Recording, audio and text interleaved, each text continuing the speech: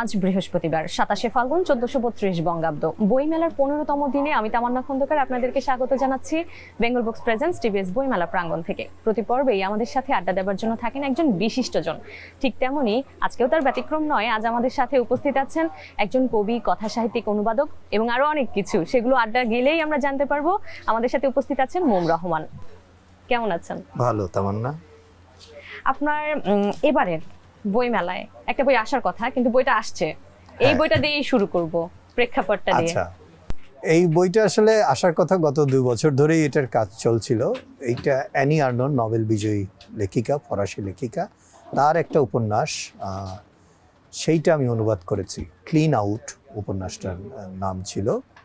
তো সেইটা খুব সম্ভবত কাল পরশু নাগাদ চলে আসবে। তাড়াতাড়ি চলে আসুক, আমরা সেটা নিয়ে পরবর্তীতে কোনো একটা সময় আড্ডা দিব। লেখালেখির শুরুটা কিভাবে হয়েছিল, আর যদি লেখালেখিটা না করতেন তাহলে কি হতেন? পরের প্রশ্নটার উত্তর আগে দেই। লেখালেখি না করলে সম্ভবত মাস্তানি করতাম, বা যেটাকে বলে যে বদ হয়ে যেতাম, খারাপ হয়ে যেতাম। কারণ হচ্ছে আমি এমন একটা মেজাজি লোক ছিলাম, মানে বদ মেজাজি লোক, এবং দেখে যদি একেবারে মনে হচ্ছে না। তো এগুলো আসলে ওই বই পড়া, লেখালেখির কারণে আসলে নিজেকে বদল করার সুযোগ পেয়েছি। হ্যাঁ, তো কোনোভাবে যদি এই চক্রটার ভিতর না পড়তাম, ভালো মানুষ হতাম না। এখনো যে খুব ভালো মানুষ হয়েছি তা না, কিন্তু বলা যায় যে একেবারে সিল মারা নষ্ট হয়নি আর কি। আর কিভাবে শুরু লেখালেখি, এইটা আসলে আমাদের কম বেশি সব লেখকই যেভাবে শুরু করে, শুরুতে হয়তো ওই একটা আম গাছ নিয়ে, একটা ফুল পাখি নিয়ে একটা ছড়া লিখলো, কি কবিতা লিখলো, হয়নি কিছুই, কিন্তু ওই যে গালে হাত দিয়ে বসে এটা লিখে ফেললো, এবং লিখে ফেলার পরে যে বিপুল আনন্দ হয়, মনে হয় সেই আনন্দের লোভেই চলে আসা লেখালেখিতে। ছোটবেলায় কি খুব বাউন্ডুলে ছিলেন? ভীষণ। সেই বাউন্ডুলে মানুষটা শুধু বাউন্ডুলে না, বাউন্ডুলে ডান পিটে দুষ্ট, মহাদুষ্ট ছিলাম। সেই বাউন্ডুলে ছেলেটার যখন প্রথম প্রকাশিত একটা বই প্রকাশ পেল, মানে প্রথম রচিত কোনো বই প্রকাশ পেল, তখন কেমন লাগছিল? এইটা বিস্ময়কর। মানে আমার প্রথমত তো আমি বিশ্ববিদ্যালয়ে উঠতে উঠতে সিদ্ধান্ত নিয়ে ফেলেছি যে আমি আর কিছুই করব না, আমি শুধু লেখালেখি করব। যদিও পরবর্তীকালে জীবিকার তাগিদে কিছু কাজকর্ম করতে হয়েছে, এখন করছি না, প্রায় 1 যুগ হলো শুধু লিখছি। তো কিন্তু আমি তো লিখতে চেয়েছি গল্প, উপন্যাস, তারও আগে কবিতা। ভাবতাম যে কবি হব। পরে বুঝতে পারলাম যে কবি হওয়া সহজ নয় আমাদের দেশে। মানে কবি মানে তো জীবনানন্দ দাশের পাশে বসতে হবে, তো অত পাশে বসার ক্ষমতা আমার নাই, ওটা আমি বুঝে ফেললাম। কবিতা থেকে সরে গেলাম, আসলাম কথা সাহিত্যে। কিন্তু তখন একটা বাজে প্র্যাকটিস ছিল আমাদের এইখানে। প্র্যাকটিসটা এরকম যে অনেক সময় আপনি নতুন লেখক হিসেবে বই করতে গেলে আপনাকে টাকা দিতে হবে প্রকাশককে। আমার একটা এরকম ছিল, আপনি লগ্নি করবেন, হ্যাঁ, গল্পে কেউ পড়ে না, বই কেউ চেনে না, লেখককে কেউ চেনে না, লেখককে কেউ চেনে না, ইনভেস্ট করতে হবে।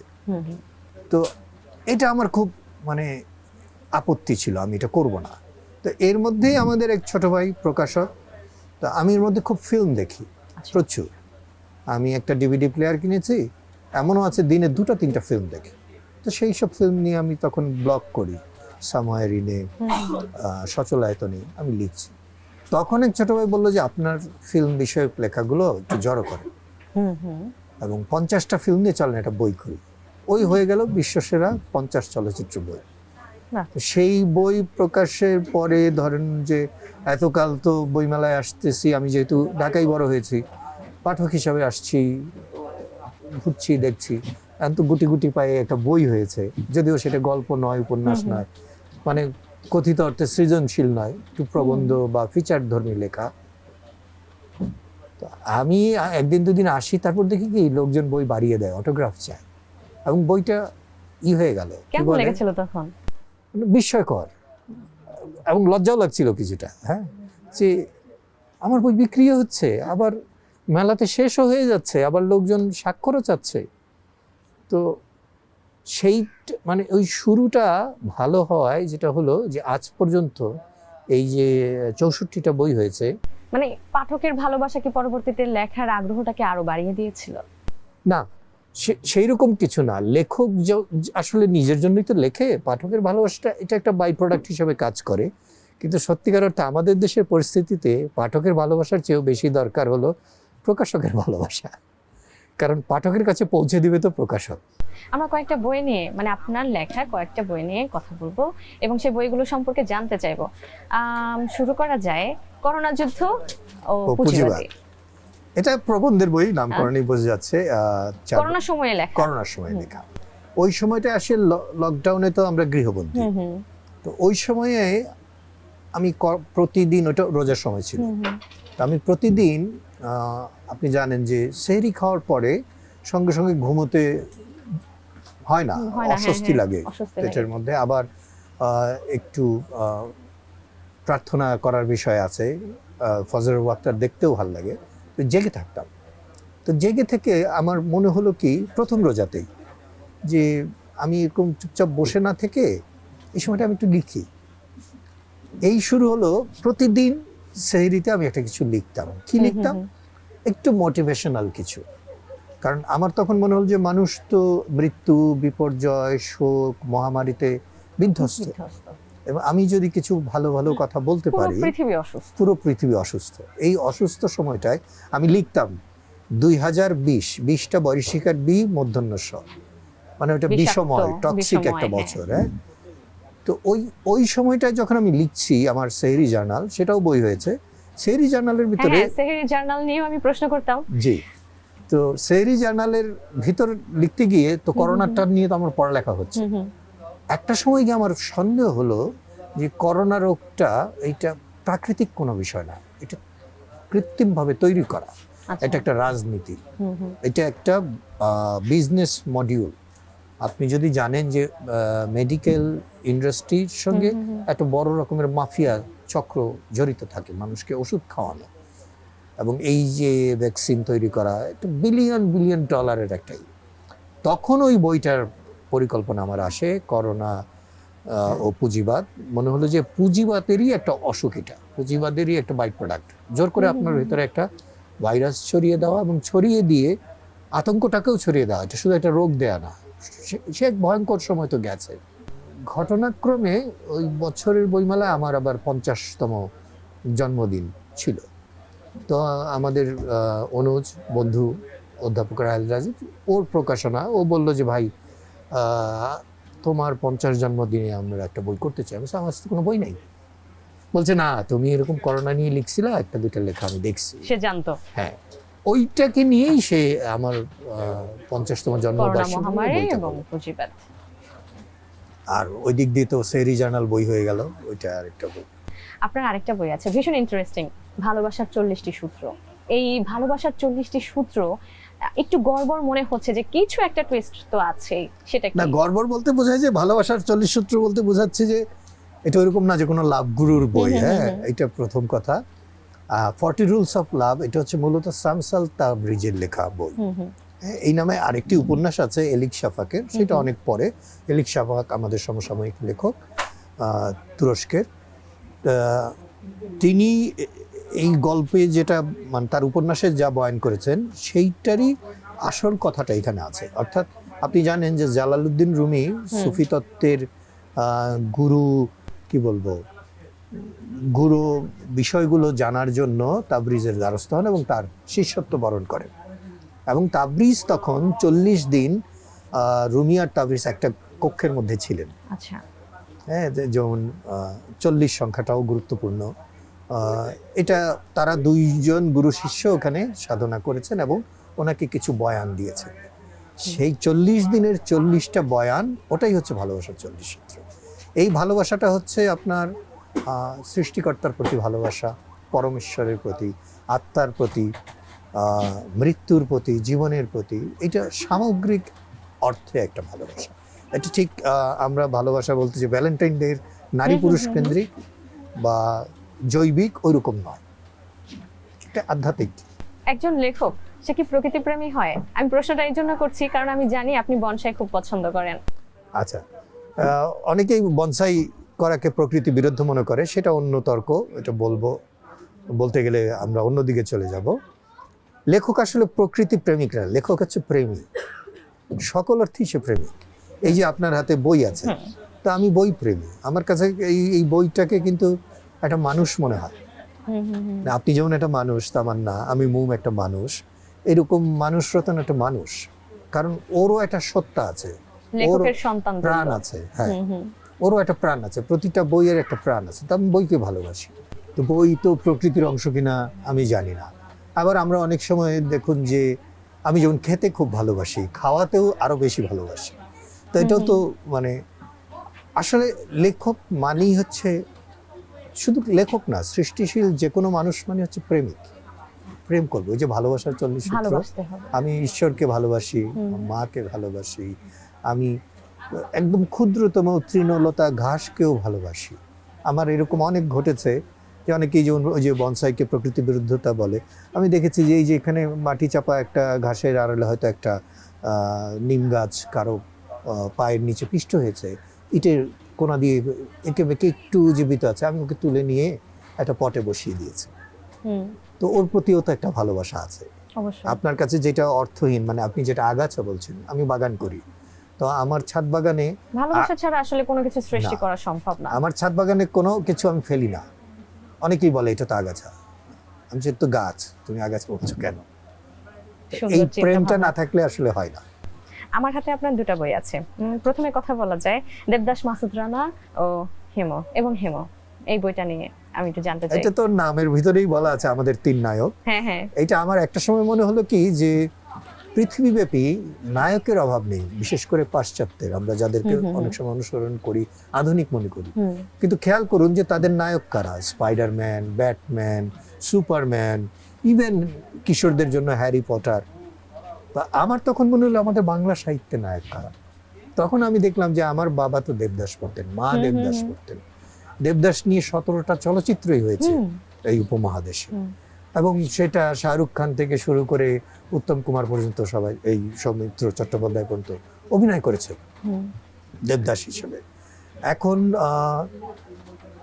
এই যে আমাদের পিতাদের আমলের নায়ক দেবদাস, আমরা মাসুদ রানা পড়েছি, যদিও আমাদের জন্য মাসুদ রানা অনেকটা নিষিদ্ধ গন্ধি ছিল, যে এটা বোধহয় বড়দের বই, প্রচ্ছদেও নারীর ছবি টবি থাকতো।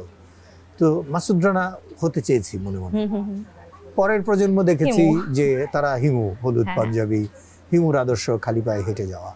তা আমার মনে হলো যে এই 3টা চরিত্রকে আমি একটু বিশ্লেষণ করি বিশ্ব সাহিত্যের পরিপ্রেক্ষিতে, করে আমাদের প্রজন্ম, আগের প্রজন্ম, পরের প্রজন্মের চিন্তাটা, এবং নায়ক বলতে কি বোঝায়, সুপার হিরো না, সুপার হিউম্যান না, হিউম্যান বিং, আমার আপনার মতো মানুষ, যে কেউ হয়তো হিমু হতে পারে, দেবদাস হতে পারে, আমরা চরিত্রগুলোকে আসলে ভালোবাসি, ধারণ করি। মাসুদ রানা। এবং আমার হাতে আরো একটা বই আছে, মানুষ রতন, এই বইটা সম্পর্কে যদি বলেন। মানুষ রতন আমার একটা উপন্যাস। আমি উপন্যাস খুব বেশি লিখতে পারিনি, 4টা মাত্র উপন্যাস লিখেছি জীবনে। তার মধ্যে আমাকে যদি বলা হয় আমার সবচেয়ে পছন্দের উপন্যাস মানুষ রতন। আর আমরা উপন্যাস বলতে সচরাচর যেটা বুঝি যে এর সঙ্গে দেখা হলো, কথা হলো, প্রেম হলো, ভেঙে গেল। নাটক, সিনেমা, উপন্যাস সবখানে আমি দেখি যেটা গল্প বয়ান ধারাবাহিকভাবে, এরপরে এই হয়েছে, এক দেশে এক রাজা ছিল, এক দেশে এক রানী ছিল।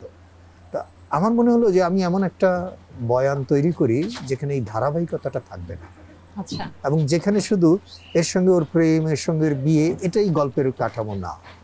তো কাঠামোটা কি হতে পারে? তা আবার তখন নজর পড়লো বাংলার বাউল দর্শনের দিকে। এই যে আমরা মনের মানুষ খুঁজি, হ্যাঁ, খুঁজলে পাবে মানুষ রতন। তখন মনে হলো যে আমার মতো একটা মানুষ, সে যে ঘর থেকে বেরিয়ে যায়, বেরিয়ে গিয়ে এই যে কর্পোরেট চাকরি, ব্যবসা, মোবাইল টেলিফোন, এইসবের বাইরে গিয়ে জীবনকে দেখার চেষ্টা করে, এবং তার নিজের ভিতরে আমার আমিকে খোঁজার চেষ্টা করে, তাহলে তো সত্যিকারের মনের মানুষকে হয়তো খুঁজে পাবে। সেই মানুষ রতন অনুসন্ধানের উপন্যাস হলো মানুষ রতন। এবং এর বয়ানে আমাদেরকে ছোটবেলায় পড়ানো হয়েছে সাধু চলিত ভাষা, মিশ্রণ, দূষণীয়, এই দোষগুলো এখানে আছে। আচ্ছা, হ্যাঁ, আমি ইচ্ছাকৃতভাবে, দূষণীয়, কিন্তু আমাদের যদি আমরা একটু ব্যাকে যাই তাহলে তো এটা ছিল, মানে আমি চেষ্টা করেছি কি ওই বর্ণনা থেকে শুরু করে, ভাষা থেকে শুরু করে, কাহিনী বয়ানে প্রচলিত আমরা উপন্যাস বলতে যেটা বুঝি এটার হুম। বাইরে একটু তাকানো আচ্ছা। এবং দর্শনটা তুলে ধরা, খালি এটা গল্প বলা না। আমি এটা কিছু বলতে চাই আমার ভেতরের কথা, যেই কথাটার সঙ্গে আমার এই বাংলার স্বাদেশিক চেতনা, বাউল চেতনা, মাটি, ফুল, পাখি, নদী, নৌকা হুম হুম। আমার ভেতরের আছে, সেইগুলোকে এখানে আমি তুলে ধরার চেষ্টা করেছি। আপনার একটা অনুগল্প আছে কাফফা।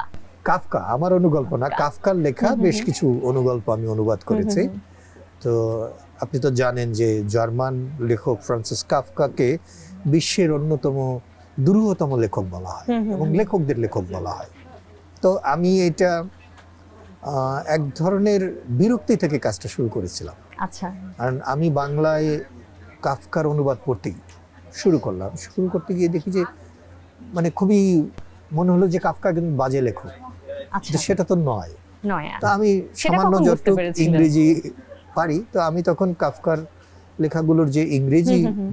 অনুবাদগুলো আছে, আমি টুকটাক জার্মানও পারি, তা আমি সেগুলো পড়লাম। পড়তে গিয়ে দেখলাম যে আমাদের দেশে যে অনুবাদগুলো হয়েছে এগুলো সঠিকভাবে ধরতে পারেনি অনুবাদকরা এর মূল নির্যাসটা। আচ্ছা। ফলে আমি অনুবাদ শুরু করি এবং দীর্ঘ একটা ভূমিকা যোগ করি। কাফকায়েস্ক অর্থাৎ কাফকার ভঙ্গিমা কি সেটা নিয়ে প্রবন্ধ লিখি এবং বিভিন্ন গল্পের সঙ্গে আমি প্রয়োজনীয় টিকা টিপ্পণী যোগ করে দিই। আচ্ছা। ফলে এটা আমাদের দেশের অনেক লেখকের কাছে ওই বইটা একটা ছোটখাটো কাফকা গাইডের মতো কাজ করেছে। আমাদের আজকের আয়োজনের সর্বশেষ প্রশ্ন, যদিও আড্ডাটা একদমই শেষ করতে ইচ্ছে করছিল না, বইমেলা থেকে আপনার প্রত্যাশা কি? বইমেলা থেকে আমার তেমন কোনো প্রত্যাশা নেই। ভালো, আমি যাতে খুঁজে ভালো কিছু বই কিনতে পারি, সেটা কেনার মতো টাকাও যেন আমার পকেটে থাকে, এর বাইরে তেমন কোনো প্রত্যাশা আমার নেই।